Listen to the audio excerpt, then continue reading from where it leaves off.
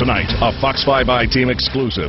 A woman comes forward to share her story of a 13-year-long affair with Herman Cain. I was aware that he was married, and I was also aware that I was involved in a very inappropriate situation, relationship. Dale Russell reveals what she says about the presidential candidate from Georgia and the relationship she says ended just a few months ago. Herman Cain loves Herman Cain.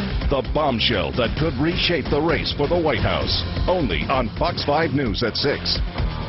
The most powerful name in local news. Fox 5 News at 6. We are tracking a developing weather situation tonight. The first snowfall of the season could start falling just hours from now in North Georgia.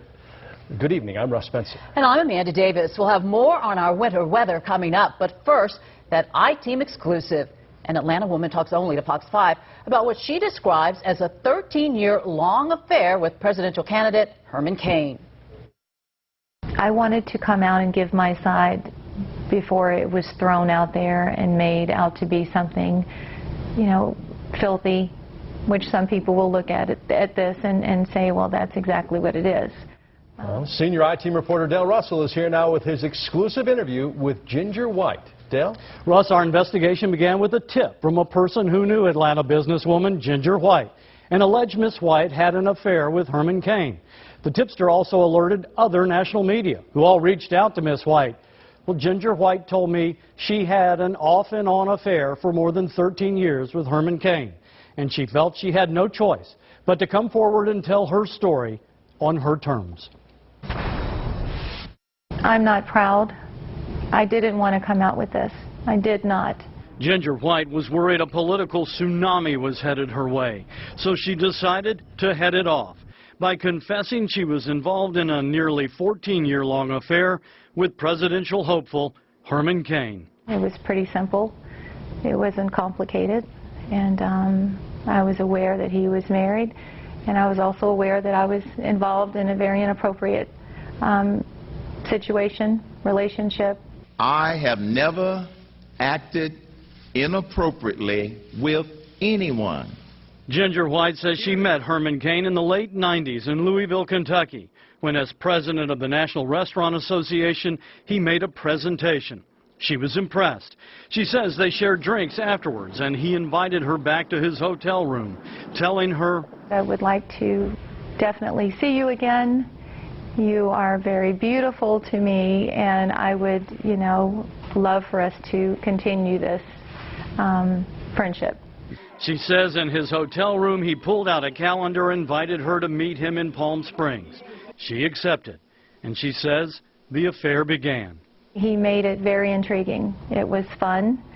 It was something that took me away from my sort of humdrum life at the time, and it was exciting. She says he gave her his newly published book, Leadership is Common Sense, and he wrote, Miss G, you have already made a big difference. Stay focused as you pursue your next destination. She says during the next 13 years he would fly her to cities where he was speaking and lavish her with gifts. They often stayed at the Ritz-Carlton in Buckhead and dined at the Four Seasons restaurant. She says he never harassed her, never treated her poorly, and was the same man you see on the campaign trail. Very much the same. Very much confident, very much sure of himself, very arrogant in a playful sometimes way, very Herman Cain loves Herman Cain. When his new book, CEO of Self, came out in 2001, Ginger White says Cain once again autographed it for her, writing, "Friends are forever. Everything else is a bonus." Is it fair to say that the relationship is going on even now? Well, I think it's safe to say that after this interview, we can assume that that will be the end of it. But yes, we have a friendship now. I came here to declare my candidacy. She says the physical relationship ended about 8 months ago, right before Cain announced he was running for president. But the communication did not. When we asked for corroborating evidence, she pointed us to her cell phone. One name, Herman Cain. She showed us some of her cell phone bills that included 61 phone calls or text messages to or from this number starting with 678. She says it is Herman Cain's private cell phone. The calls were made during 4 different months. Calls or texts made as early as 4:26 in the morning and as late as 7:52 at night. The latest were in September of this year. We've never worked together, and I can't imagine anyone phoning or texting me for the last 2.5 years. Just because. We texted the number and Herman Cain called us back. He told us he knew Ginger White, but said these are more false allegations. He said she had his number because he was trying to help her financially. That was the end of the call. She said she planned to keep the relationship a secret while Cain made his run for the White House until she heard the allegations of sexual harassment. The accusations I absolutely reject. They simply didn't happen. She says she was not surprised by the allegations, but was bothered by the way Cain fought back, attacking the women, including this appearance on Late Show with David Letterman. All of these women are lying. They're all lying. They are all lying. Yes, they are. It bothered me that they were being demonized, sort of, or they were being treated as if they were automatically lying, you know, and the burden of proof is on them. So I felt very bad for them. And so she talked. I wanted to come out and give my side before it was thrown out there and made out to be something, you know, filthy, which some people will look at this and say, well, that's exactly what it is. And I'm sorry for that. Before our interview, we checked into Ginger White's background. We found she filed a sexual harassment claim against an employer in 2001. That case was settled. We also found a bankruptcy filing nearly 23 years ago in Kentucky and a number of eviction notices here in DeKalb County over the past 6 years, the most recent this month.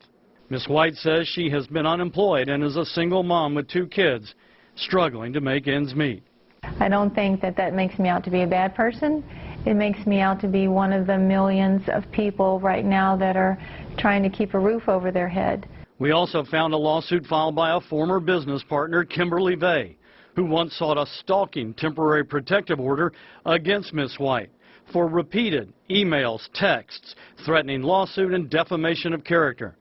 The case was dismissed, but followed by a libel lawsuit against Ms. White.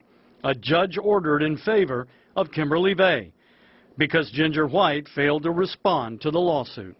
If there's a judge's order that says you've libeled someone, why should we believe that you're not libeling someone now? Well, because I admitted whatever happened with Kim and I happened. Just as there would make no sense for me to come out with these allegations against Herman if it absolutely wasn't true. Her attorney at Buckley says she didn't answer the lawsuit because she didn't know about it and thought her business dispute had been settled with negotiations. Ginger White says she expects to be scrutinized and attacked by Herman Cain and the media. But she felt she needed to tell her story before anyone else told it for her. I didn't want to do this, but it was something that I felt at the end of the day was the right thing to do. And is it going to hurt a lot of people? Yes. I'm sure I will be one of them. Now on CNN tonight, even before our story aired, Herman Cain called Ginger White's statements false accusations that cannot be proved. He also called it a concocted story.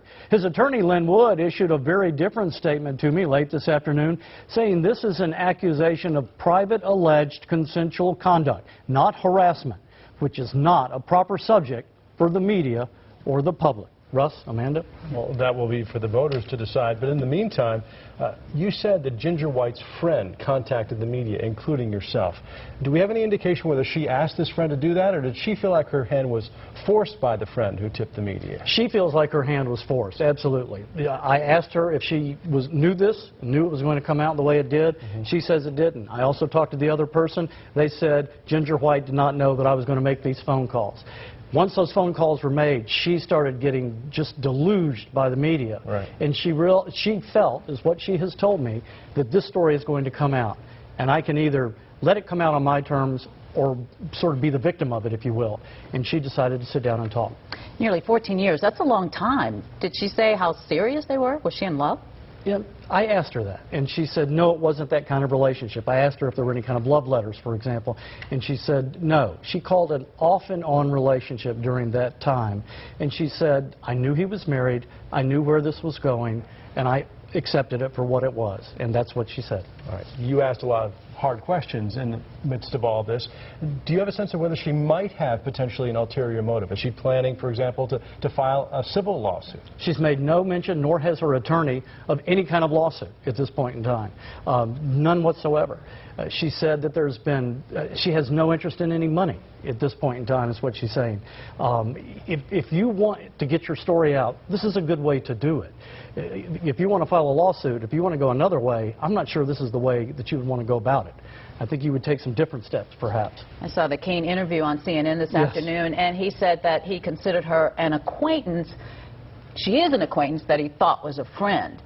So it's really interesting how they're talking about their relationship. Well, Herman Cain is the one who actually said to me that she is a friend, but I have helped her financially, and now she has confirmed that through her attorney, that yes, Herman Cain has given her money to help her out at times. I believe it has mostly been for rent.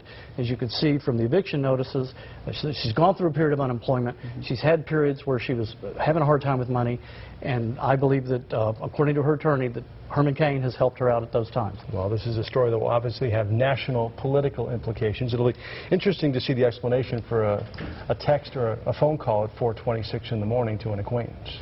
This is a kind of question that we would love to ask Herman Cain. If he wants to sit down with us, we'd be more than happy to. All right, Dale, we know you stay on it. Thank you. We will.